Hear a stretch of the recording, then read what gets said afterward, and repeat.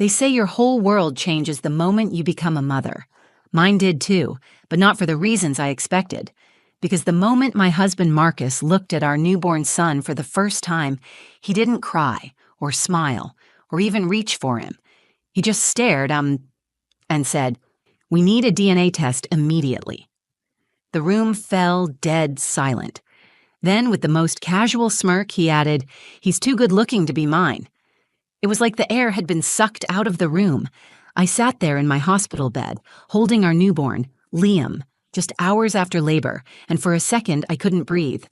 My arms tightened instinctively around him. His skin was still soft and slightly pink, his tiny fingers curled into a fist near his cheek. He made a little cooing noise, unaware of the silence that followed his father's words. At first I laughed. Because what else do you do when the man you've been married to for 4 years says something so absurd? But no one else really joined in. One of the nurses chuckled awkwardly, more out of discomfort than amusement. My mom, who'd been scrolling through her phone near the window, suddenly stiffened. "Marcus," I said, trying to keep my voice light, "what are you even talking about?" He didn't laugh. He just stood there, arms crossed, looking at Liam like he was trying to solve a puzzle. His eyes narrowed slightly, and that stupid smirk never left his face. "I'm just saying," he shrugged. "Those eyes? That hair? That little chin dimple? I mean, come on, there's no way he got all the good genes." I felt my cheeks flush, not from the compliment, but from the implication. My chest tightened, like a rope slowly pulling tighter around my lungs. I tried to laugh again, but it came out thin. "So what, you're serious? You actually want a test?" Marcus walked closer to the bed and leaned down to look at Liam. "Just to be sure," he said, like we were talking about checking the oil in a car, not questioning the paternity of our newborn son. I felt a slow burn crawl up my neck.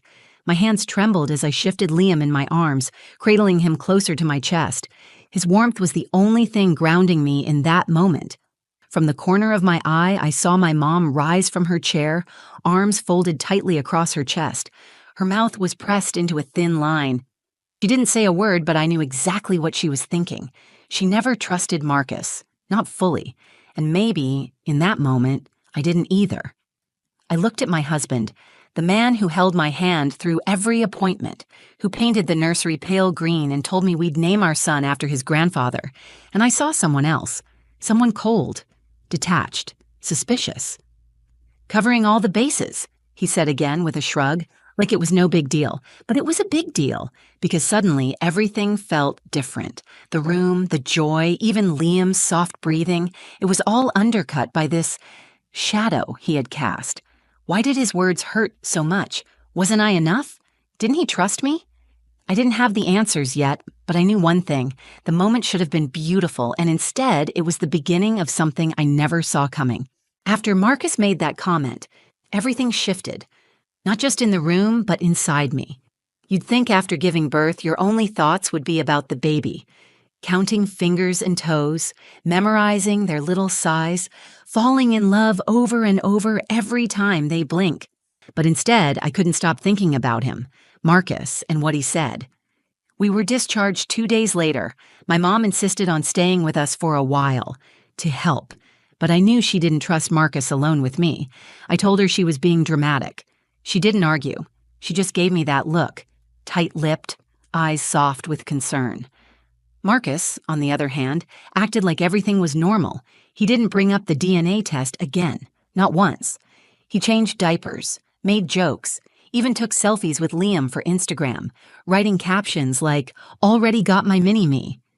I tried to let it go, to convince myself it had been a stupid joke, said at the worst possible moment. But something inside me had started to ache. A quiet, gnawing kind of ache. The kind you can't point to, but you feel in your bones. It wasn't just the comment. It was how he looked at Liam sometimes, like he was trying to figure him out. I caught him one night standing over the crib, just staring. He didn't notice I was watching. His brow was furrowed, eyes squinting a little like he was searching for something he couldn't quite find. When I stepped into the room, he jolted slightly and laughed it off. "Just wondering when he's gonna start looking like me," he said. I smiled, but something about his tone made my skin prickle. Then little things started happening. things I might have ignored if I wasn't already on edge. A nurse from the hospital, Rachel, I think her name was, called one afternoon saying they were doing a routine follow-up. Her voice was polite, but I swear I caught a strange hesitation when she asked for Liam's hospital ID number. I gave it to her, and she paused for a beat before saying everything was fine. I asked her if something was wrong. She said no, but the way she said it didn't sit right. Later that night, I went through Liam's hospital papers and noticed something weird. The wristband they'd clipped on him at birth, one of the numbers was off from mine. Just one digit. A typo, maybe. But once you start doubting, you can't stop. I Googled newborn ID errors for hours. I fell down a rabbit hole I never meant to find. I finally showed Marcus. "Are you serious right now?" he said, laughing. "You were the one mad at me for even suggesting something was off, and now you're acting like the baby might not be ours." I opened my mouth to argue, but he kept going. "Sophie, you're tired. You just had a baby. Your hormones are all over the place. Don't let this get in your head." He kissed my forehead and walked away, leaving me standing there with a handful of medical papers and a head full of doubt. Maybe he was right. But if everything was fine, why couldn't I shake the feeling that something wasn't? I started checking things obsessively. His birth certificate, the bracelet, old ultrasound records, photos. I became someone I didn't recognize, a mother with a newborn in one arm and a browser history full of worst-case scenarios in the other. I didn't want to believe Marcus was serious about the test, but now, deep down, I wasn't so sure he was wrong to ask, and that terrified me. It was a few days later when Marcus brought it up again. He didn't do it during a fight or even with a hint of anger. He just said it casually, over coffee, like he was mentioning a dentist appointment. "So, I found a private clinic that does same-day DNA testing," he said, taking a sip from his mug. "Discreet, reliable." I blinked at him, unsure if I'd heard correctly. "You're still on that?" He looked up. His eyes were calm, but too calm. Controlled. "I think it'll just give us both peace of mind." "Both?" I didn't answer right away. I stared down at Liam, who was curled up on my chest, his tiny lips twitching in a dream. He was so peaceful, so perfect. The idea that anyone would question him, even his own father, felt like an insult. But at the same time, I had been questioning things too, hadn't I? The wrong ID number, the nurse's weird tone, the way Marcus stared at him in the dark like he was trying to solve a puzzle. "I thought you said you were joking," I whispered, still staring at Liam. Marcus shrugged. "Half joking, but seriously, Soph, wouldn't it help you too? You've been acting different, anxious." He wasn't wrong, but something in his tone felt off, not concerned, strategic, like he already had a narrative and was waiting for me to catch up. That night, I didn't sleep. I kept watching Marcus out of the corner of my eye.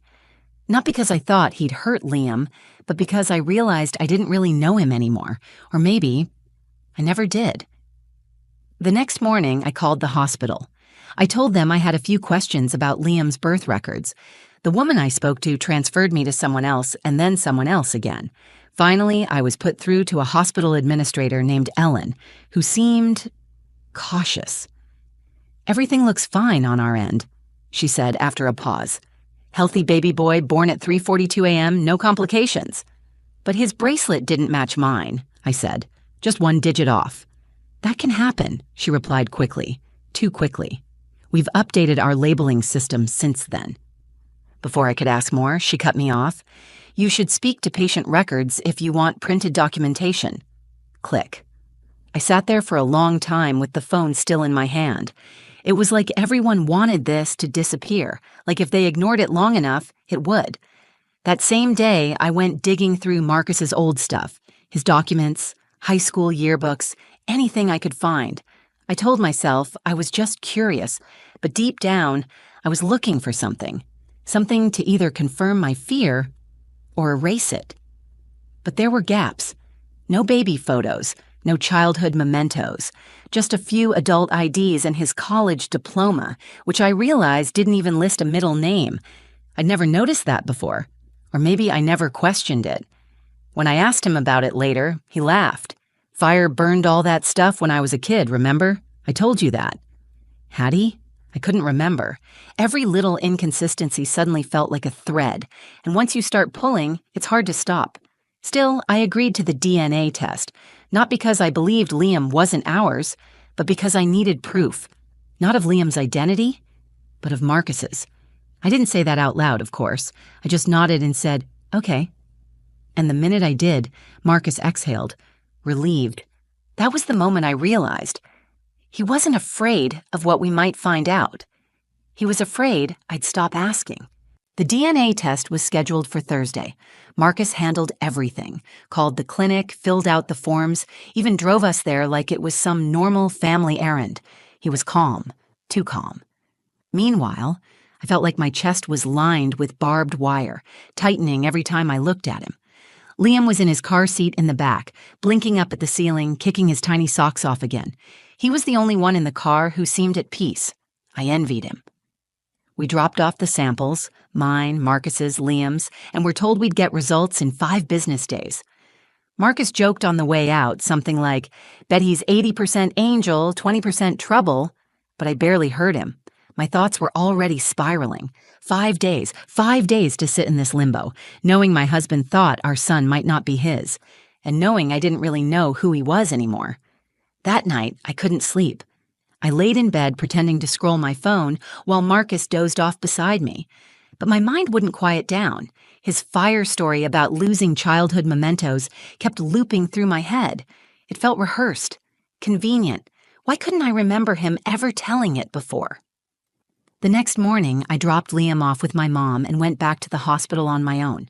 I told them I'd left behind a small blanket with Liam's name embroidered on it. Total lie, but it got me past the front desk and into maternity. The moment I saw Nurse Rachel, the one who had looked uneasy after the birth, I felt a jolt of hope and dread. She recognized me immediately.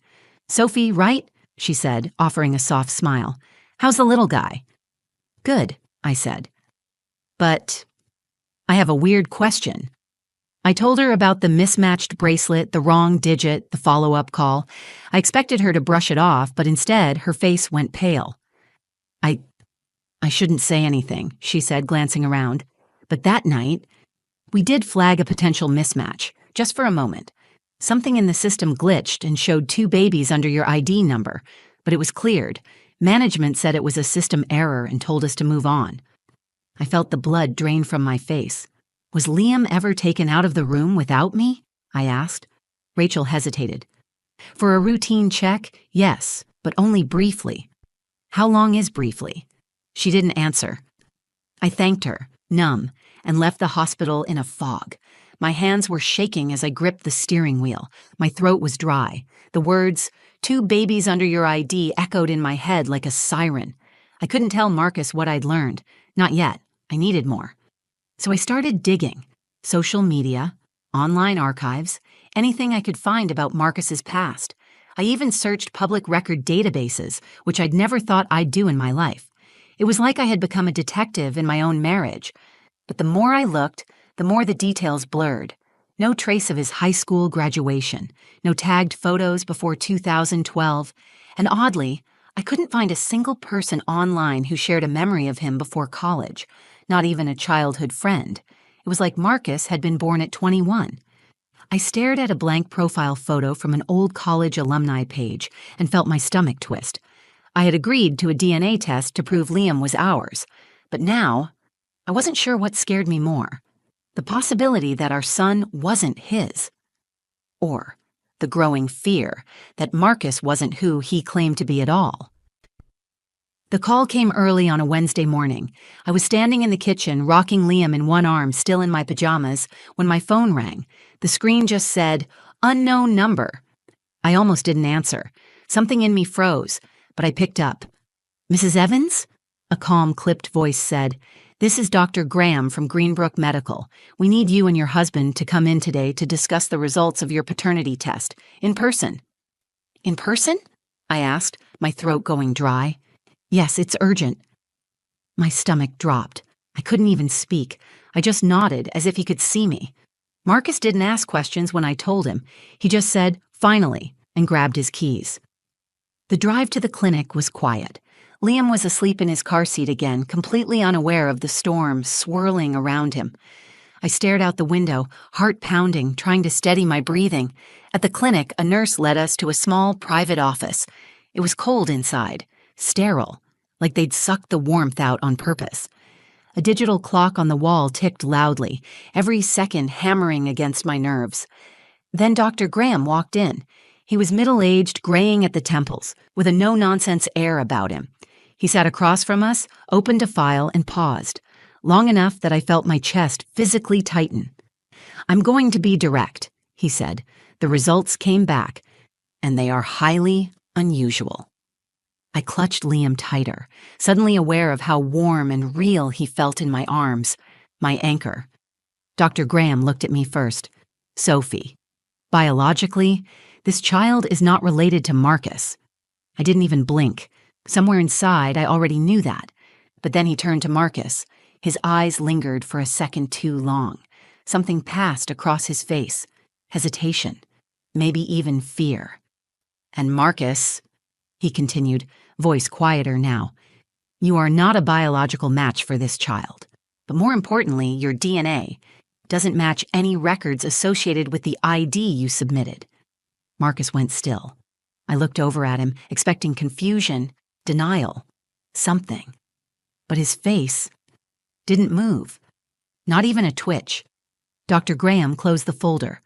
We ran a cross-check through our internal system. Your name, your date of birth, even your photo, all of it triggered a federal alert. I felt my blood run cold.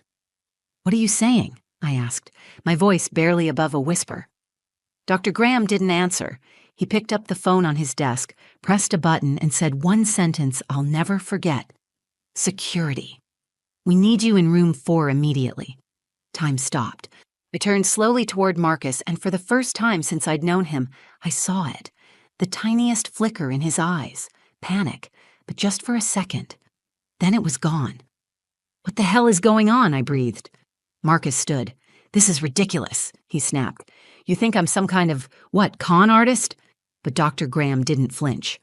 "We don't think. We know. Your DNA matched a man named David Langston. Arrested in 2014. Disappeared shortly after posting bail. The real Marcus Evans died in a car accident the following year. We're not sure how long you've been living under his name." I couldn't breathe. The room spun. The man I married, the father of my child, the man I thought I loved, wasn't even real. As 2 uniformed guards entered the room, David, looked at me. Not with guilt, not with regret, but with sadness. Like maybe, for a moment, he'd actually wanted to be someone else. And just like that, they took him away. Out of my life. Out of Liam's. Out of the lie we were living. I didn't cry right away. Not when they handcuffed him. Not when the door slammed behind him. Not even when Dr. Graham handed me the printed DNA results like some final confirmation that none of this had been a dream. I just sat there, numb, holding Liam close to my chest, his tiny head resting under my chin like he was the only real thing left in the world. The days after felt like walking through water. Everything slowed down. Everything felt heavy. Reporters tried to reach out once the story hit local news. A man living under a stolen identity, posing as a husband, a father. They called it a bizarre paternity case with a criminal twist. I hated that phrase. This wasn't a story. This was my life.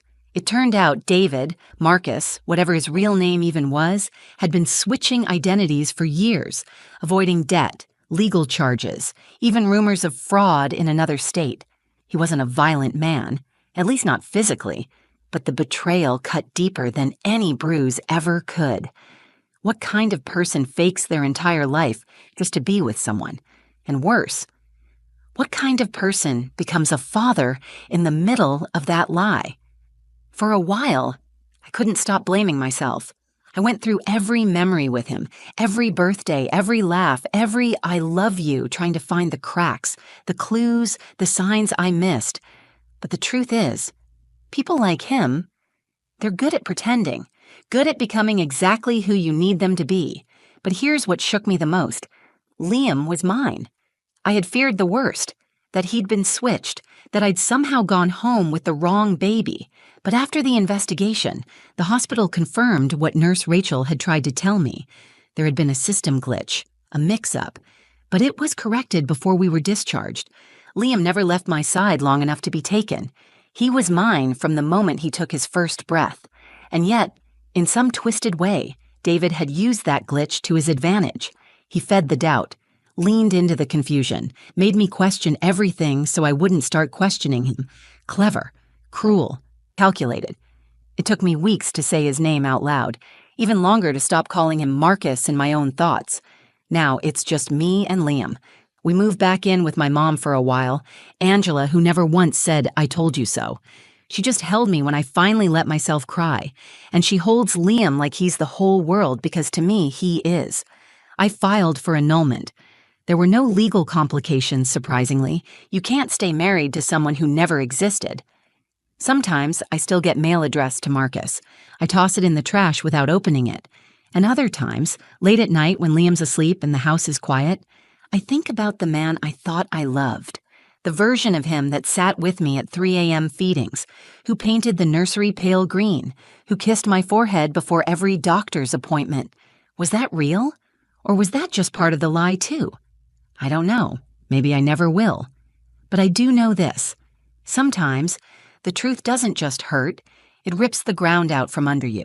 It forces you to rebuild everything from scratch, to figure out who you are without the person you thought would be by your side. And in that messy, painful rebuilding, you find something stronger. You find yourself. And in my case, I found Liam. And that's more than enough. Thank you for listening to my story. If you've ever found yourself questioning everything, your relationships, your reality, even your own instincts, just know you're not alone. Sometimes the hardest truths lead us to the strongest versions of ourselves.